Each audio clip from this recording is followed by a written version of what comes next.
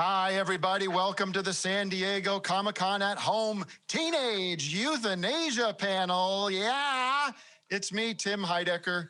I'm going to be moderating this chat with some of the creators, people behind the show. The talented voice cast is here. And let's just introduce them quickly. We've got Alyson Levy, co-creator. Alissa Nutting, also co-creator. Scott Adsit, co-director and co-executive producer. Maria Bamford, she plays Trophy Fantasy.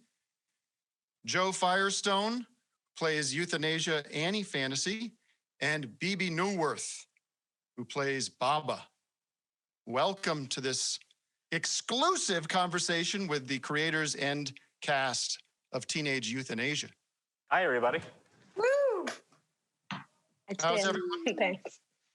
Be honest. How are we? Everyone has to answer at the same time. Tim, I'm very well, thank you. Thank you, Scott. Moving to Alyson. How are you?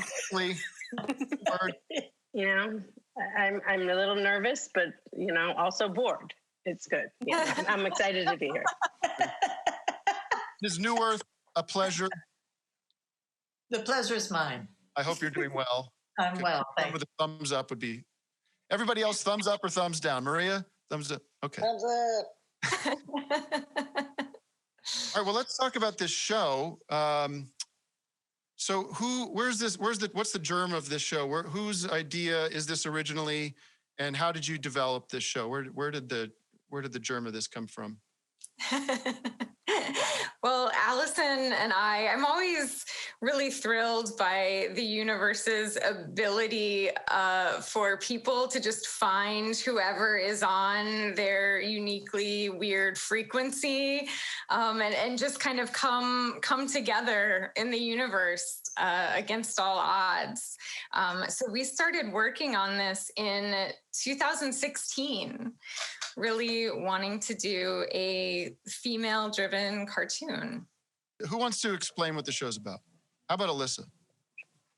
It's about a teenager. Her full name is Euthanasia. People call her Annie for short. But she was abandoned at birth by her teen mother, Trophy. Trophy kind of went off to become a trophy wife, gold digger, chasing the party. Things didn't work out for her. Unfortunately, she killed herself.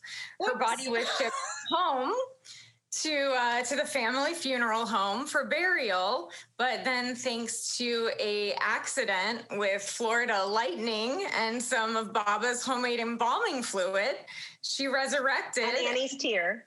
The only tear she's ever cried up to this point. She resurrects, and now, the two of them have a second chance at mother-daughterhood. They're not doing it any better.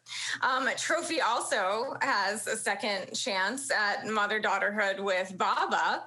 And then they also live in the funeral home house with Uncle Pete, who has a kind of Oedipal relationship with Baba and is in charge of all the funeral services.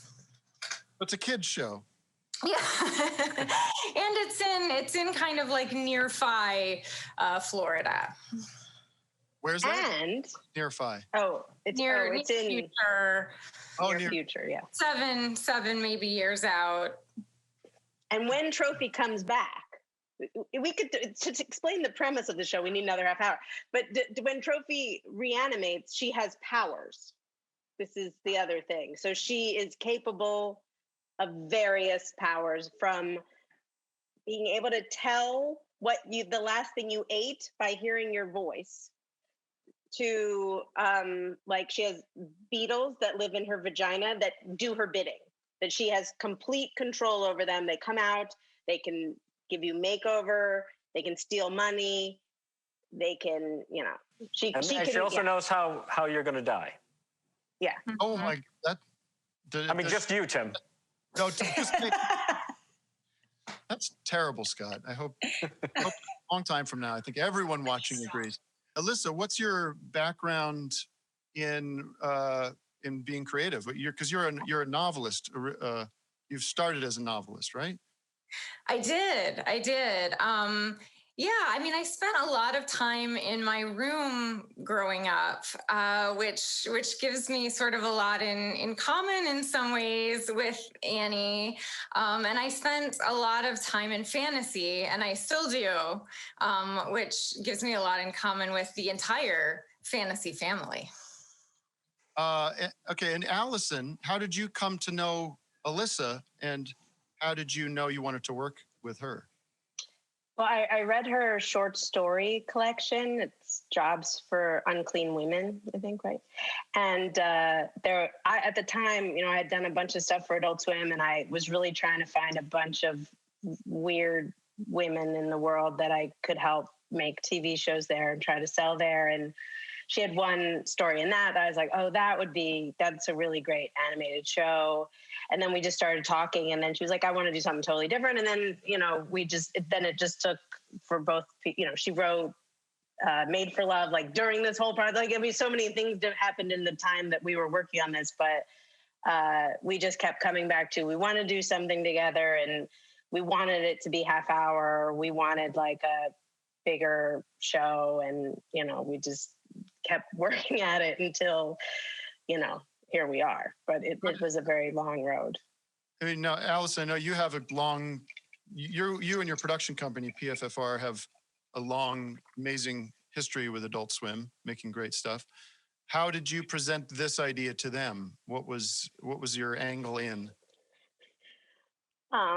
Well, I had John Lee, who's my husband and also one of the PFR people, send it to Michael Lazo. I felt that was the best way into the process.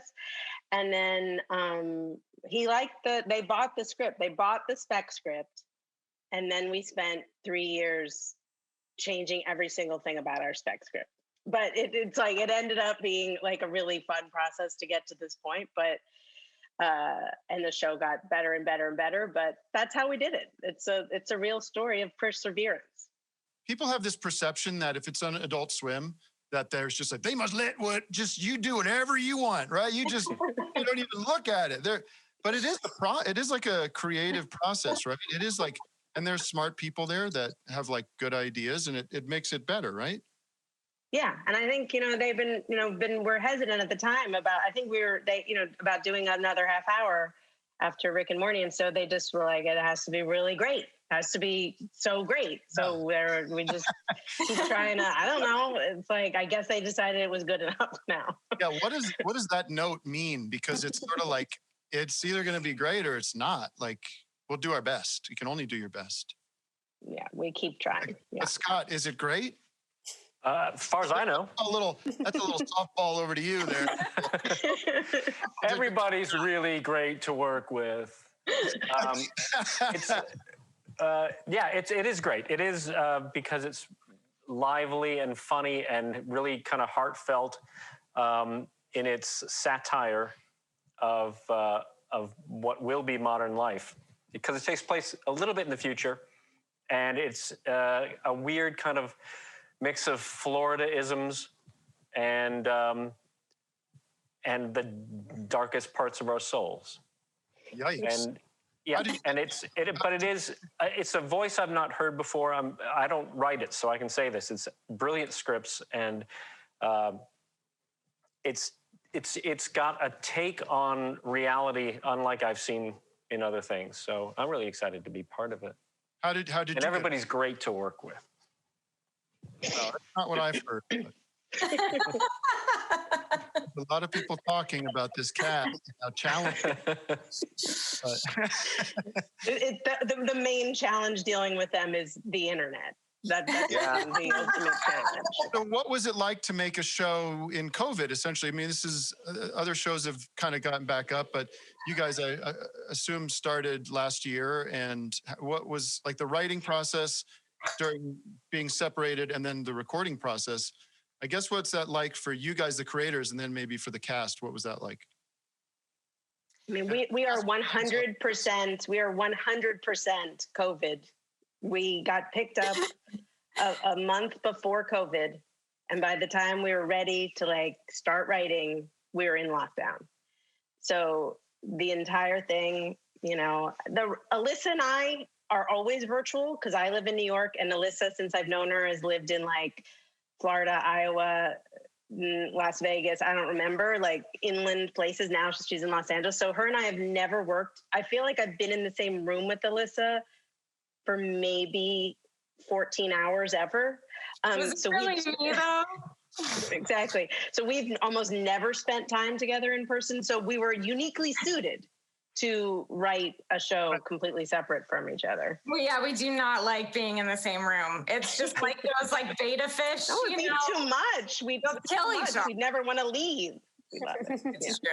We love each other. But then working with actors is a different story, right? That becomes harder and more annoying than anything, right? You just want to be in the same room and hang. And well, I know it's very difficult to like coordinate getting a like broadcast quality microphone and everything to people. So we had to like send out kits, and everybody was really nice about setting it up and being patient with trying to make the technology work. And it didn't always work. Bebe can tell you about that. Sorry. This is we're living in a real moment here because I'm in my home and my wife just came in and said, "Are you going to be here? Because I've got to go pick up our kid." Oh my God. There's another kid upstairs. And wondering if your cat is going to get up into frame. Oh, well, I've been noticing a lot of the sounds of cats and dogs in the backgrounds of all sorts of podcasts and TV interviews and stuff. Ms. Neuwirth, I refuse to call you by your first name. I show you nothing but you will not see me show the same respect to anyone else. How did this come to your table or your desk, and what made you want to sign on to play Baba? My agent said, "There's this thing happening. Do you want to audition for it?" And I said, "Yeah, that would be great. I was just thinking, because I'm, mainly a theater actor, and so we are really can't go back to work." And so I had just been thinking, boy, maybe if I had a voice gig, maybe I could. That would be great if I could record, because I have friends who do voiceovers for animation and stuff like that's really good. And then my agent called with this audition, and I read it and I thought it was hilarious. And so I auditioned, and I was fortunate enough to be cast. Shame on you for auditioning her. That should have been an offer-only situation. Well, it really did feel like we'd been looking for a very long time for the right Baba. And it was very exciting that Bebe came into our orbit. And I actually, no offense to LA people, I also really like hiring, New York people and New York theater people too, because we're a New York company. So it's always exciting too when we get to work with. Bebe, how is it recording at home? Is it getting used to, or is it? I mean, it's such an interesting way to work. I've done a lot of voice work, but I'm kind of new to it because I have, I do like a couple of, I go in for half an hour and I do a little part in a few things. So I haven't, had a career of it, but I've done it enough so that I know I really like it. I find it really, really interesting to rely on nothing but your voice. I can't, I'm a very physical person. I'm a dancer. So this doesn't work. And, there is nothing but, I just find it a fascinating way to work, to rely solely on the voice. And through, so that's really interesting to me. And to work from home is fabulous. Don't have to wear makeup. I can just sit at home, and it was great. It was really very, very generous and patient, and safe to be able to get a really cool sound kit in my home, and then the fantastic engineers to talk me. I'm in my 60s. I really don't know what I'm doing with anything that has, I know a typewriter, but, keys and tech stuff, I am an idiot. and the patience and kindness that your engineers have to talk me through all this. And then once all my sweating and tears are gone, I have a really great time, and it's really fun. And no issues with the honking of horns and New York life. I mean, that's sometimes. Didn't we, Scott? One time we had, it's like, oh, there's a siren outside my, because I'm very close to 6th Avenue, and then it found its way up to Union Square where you were. It was like, that's the same. Or like, the West Village, because Joe Firestone also lives in the West Village, which now I know has notoriously horrible internet. And Joe is in front of like a place where they love to just collect recycling. It's just that classic, just super loud garbage collection we had for her. And then Maria has the best sound, which was the pizza train. Maria, what's the pizza train? Well, I was in Duluth, Minnesota, staying at an Airbnb while my mother was dying. And I was in a little, turns out it happens. I believe I was asked to be a part of this project because my character dies of suicide. I think people are thinking of me. Every hour, I think, or so, a train goes by in my town and they serve pizza on it. So it's called the pizza train. That's the story. I'll begin it again from the beginning. That's how the New York get across country. No pizza. It just you ride on it and eat the pizza, and it's also like you were saying, it's like a Little Caesars pizza. It's not like an artisanal train. And it just goes in a very small circle. It's just one meal. Does it have a little bell that it rings? Here comes the pizza train, or like the Good Humor truck has a thing? I believe that's a hoo-hoo. And then, it has a mandolin that you pull. Picturing a Mario guy with a big mustache. Is the conductor. Maria, while I have you here, you are a master of, speaking of voices, you're a master of voices and creating characters with your voice. How did you hone in on this character? What was the process? Well, I'm a comedian by trade, so I do about 6 voices and then variations on those voices. So anyways, Miss Neuwirth, just what a beautiful job for Baba. It was just so hilarious and so funny. But I was just delighted to, I like doing types. So if I can do a mindless mother, I just love to do it. Someone who had children, but didn't really think it through. Is it a full-time thing? These kids? I had no idea. Oh, I better talk about it in therapy. I also got a new purse that's too big.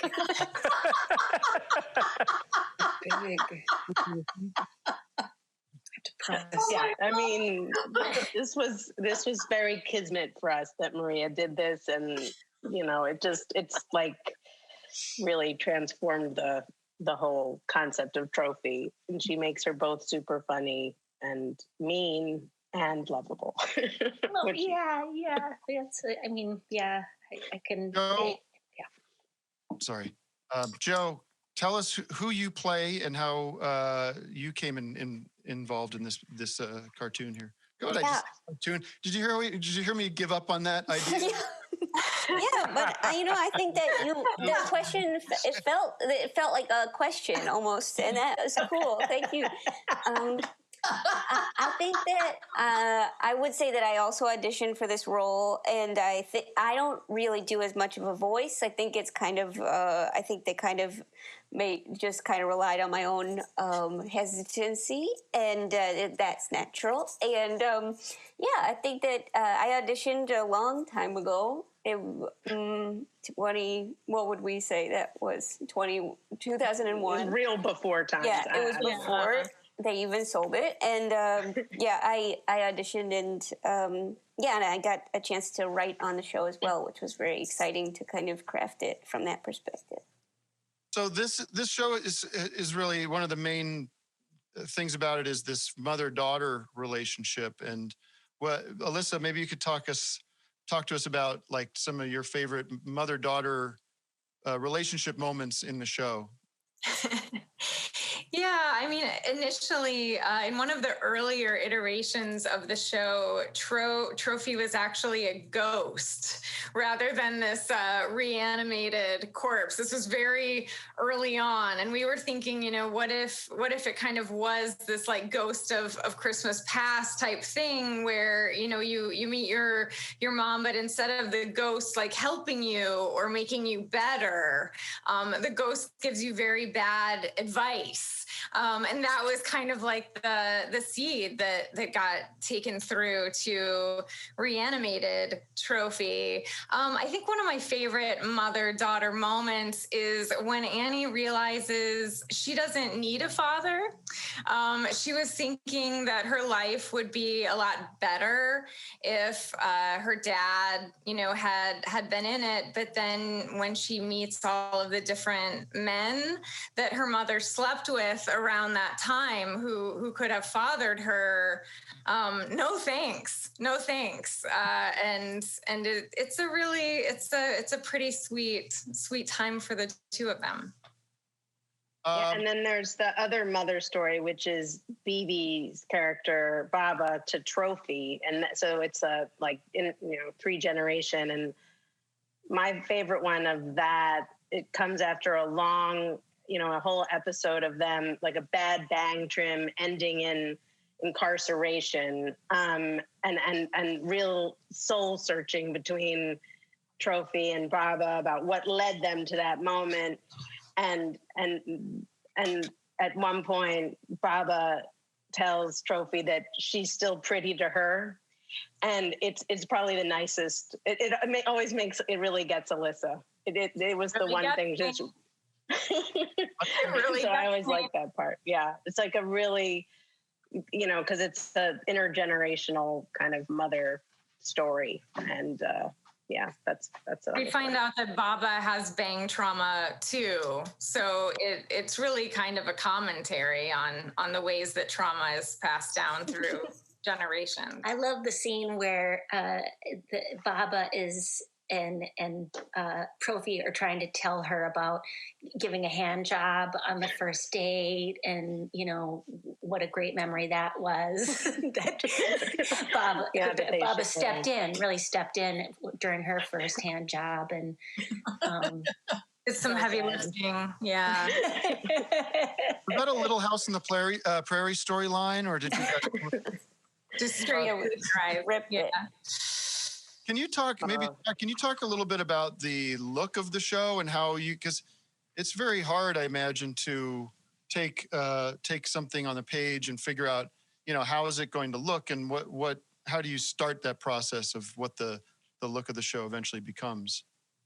Yeah, it's a very long process, and I came into it probably later than others, but we have this great studio called Ogden Blick, and they have this team of creators who are all really talented artists, and we essentially give them kind of what we see in our heads, and then they just make it better.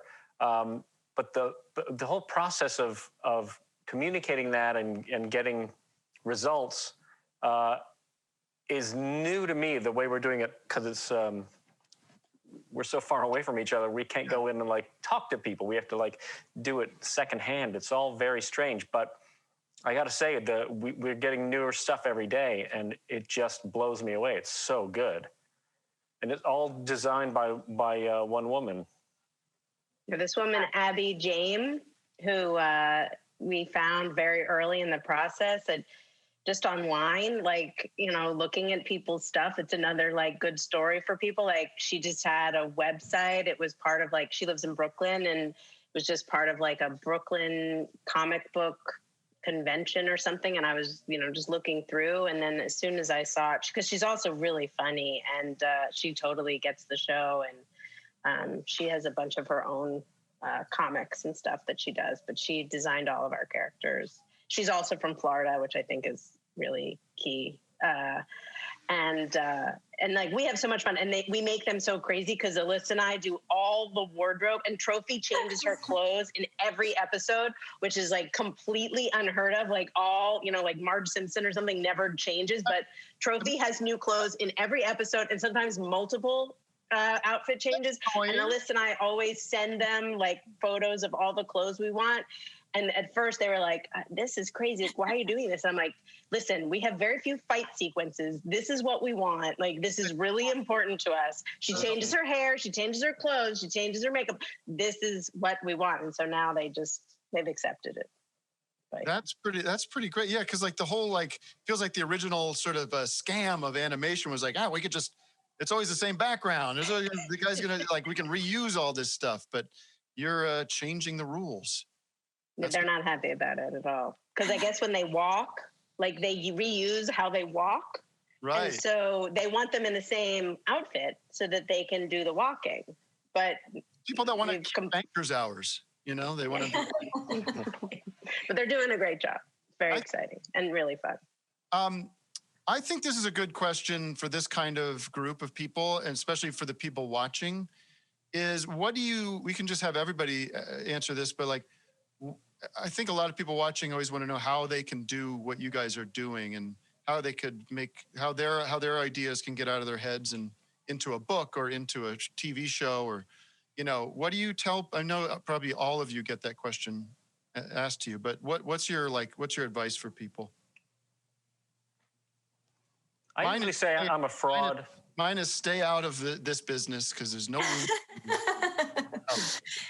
Yeah. I mean, I'm trying to really push STEM, like with my own daughter, it's not going to happen, but yeah, I mean, I think also just sort of like reach out to others that like what you like and that are interested kind of in making the art that you want to make, which is kind of how Alyson and I found each other too. Kind of when you put stuff out, that's a nice part also about, putting stuff out into the world, wherever you start, whether it's something you're kind of throwing up on YouTube or your own blog, people will find it. And if they like it, oftentimes they'll contact you.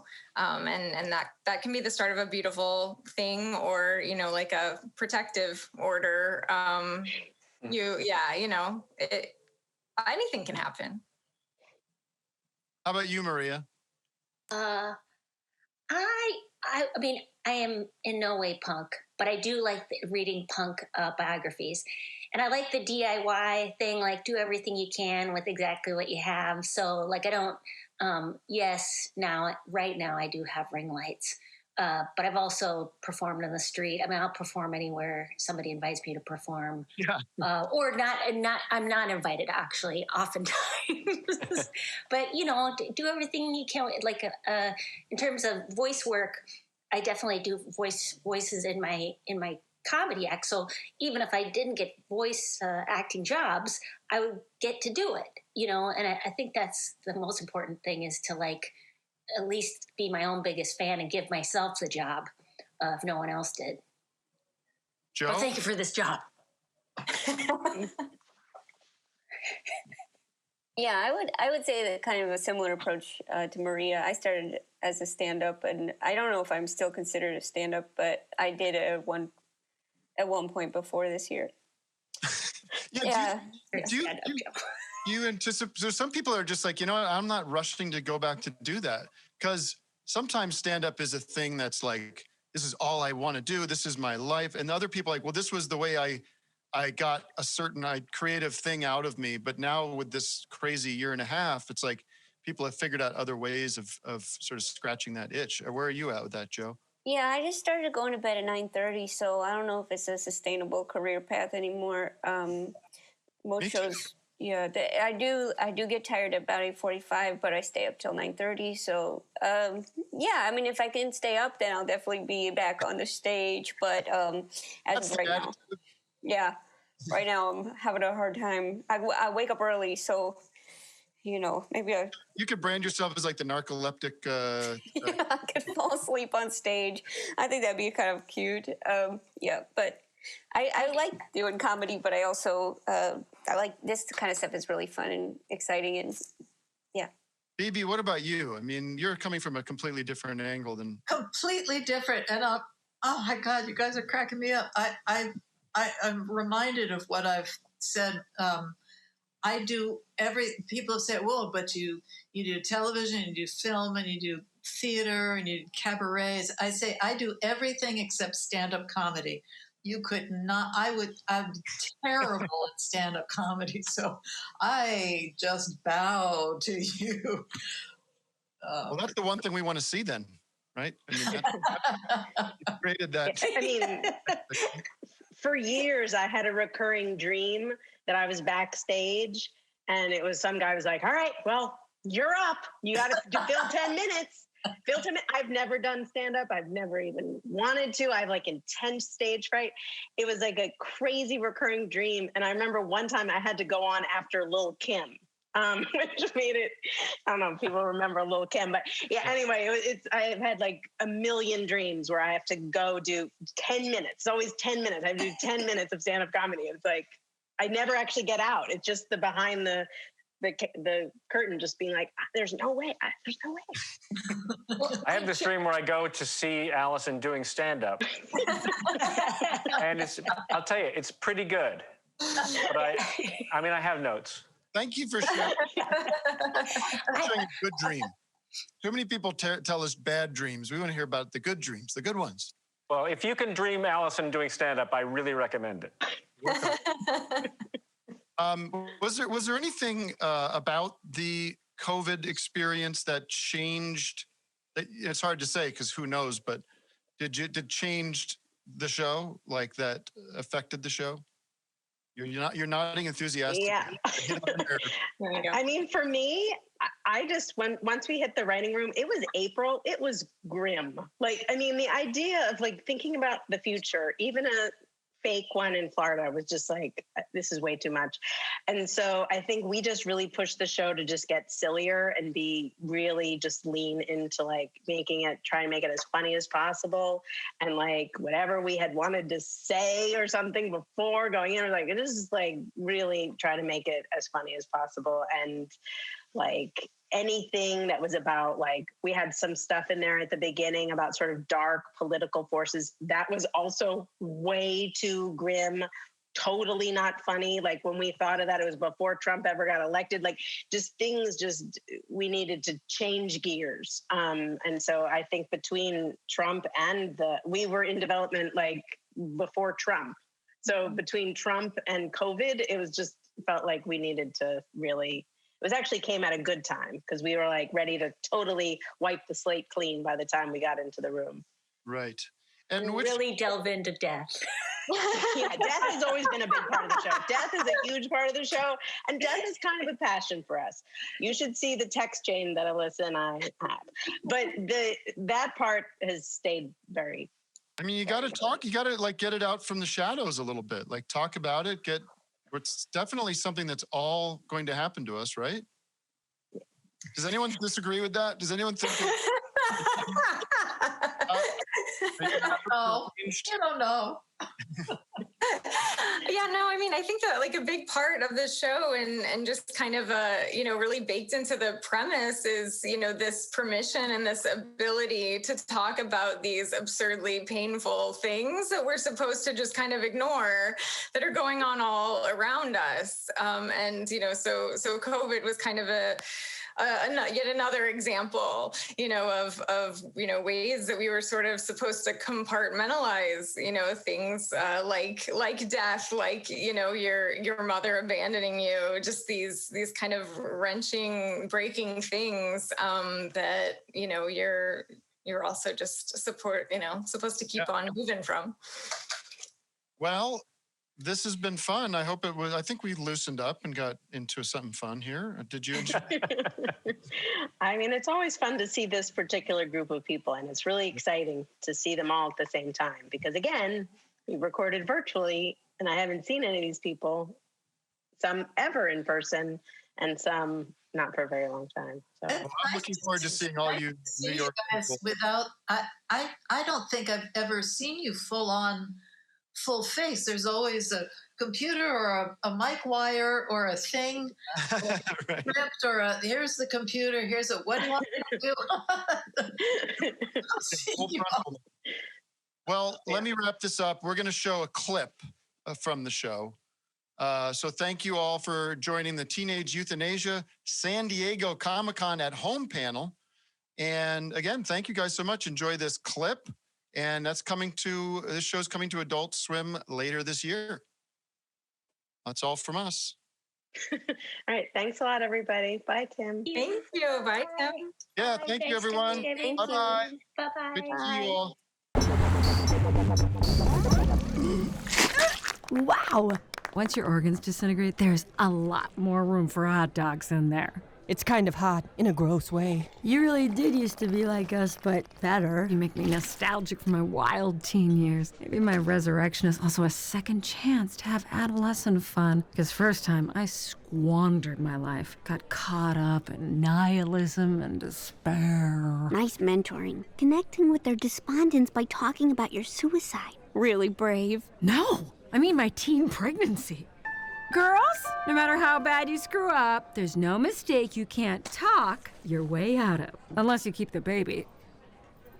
I'd only want one if it could be like that doll from Child's Play. Trophy? Quick word in private. No secrets, Annie. Don't be rude to the gang. How am I the worst mistake of your life? You left town 3 days after you gave birth. And you once joined a CrossFit gym that harvested your kidney. Why you gotta be such a buzzkill to your sister? She's my mother! If she never mothered you, seems more like she's your sister to me. Sorry, I need to close out your tab. You've ordered the maximum number of hot dogs we're legally allowed to serve to a group of women. You're welcome back later with a male chaperone. We're not paying. Watch this. Death powers.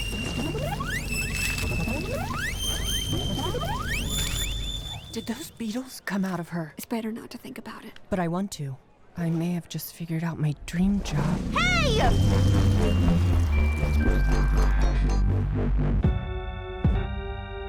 That's my favorite portrait of the three of us. You slept together? Absolutely. We know it's not traditional, but... Say no more. Parenting, like grief, takes many forms. Loki wasn't our son. He was our lover. The three of us were a triad. Have you ever heard of polyamory? Oh, it's time to renew our vows. Once the divorce rate topped 90%, Florida decided to make marriages auto-expire every 24 hours. You just use the app. We were married for almost a decade. But now, without a third person, it's like the vows have lost all meaning. Like the Pledge of Allegiance. Or an MFA. Please complete vows in 30 seconds to remain lawfully wed. 30. Won't you join us, Pete? Till death or 24 hours from now do us part. I think it would really help us with our mourning. One really shouldn't make hasty decisions after the death of a loved one. But rebound weddings are included in the Super Deluxe package. My idea.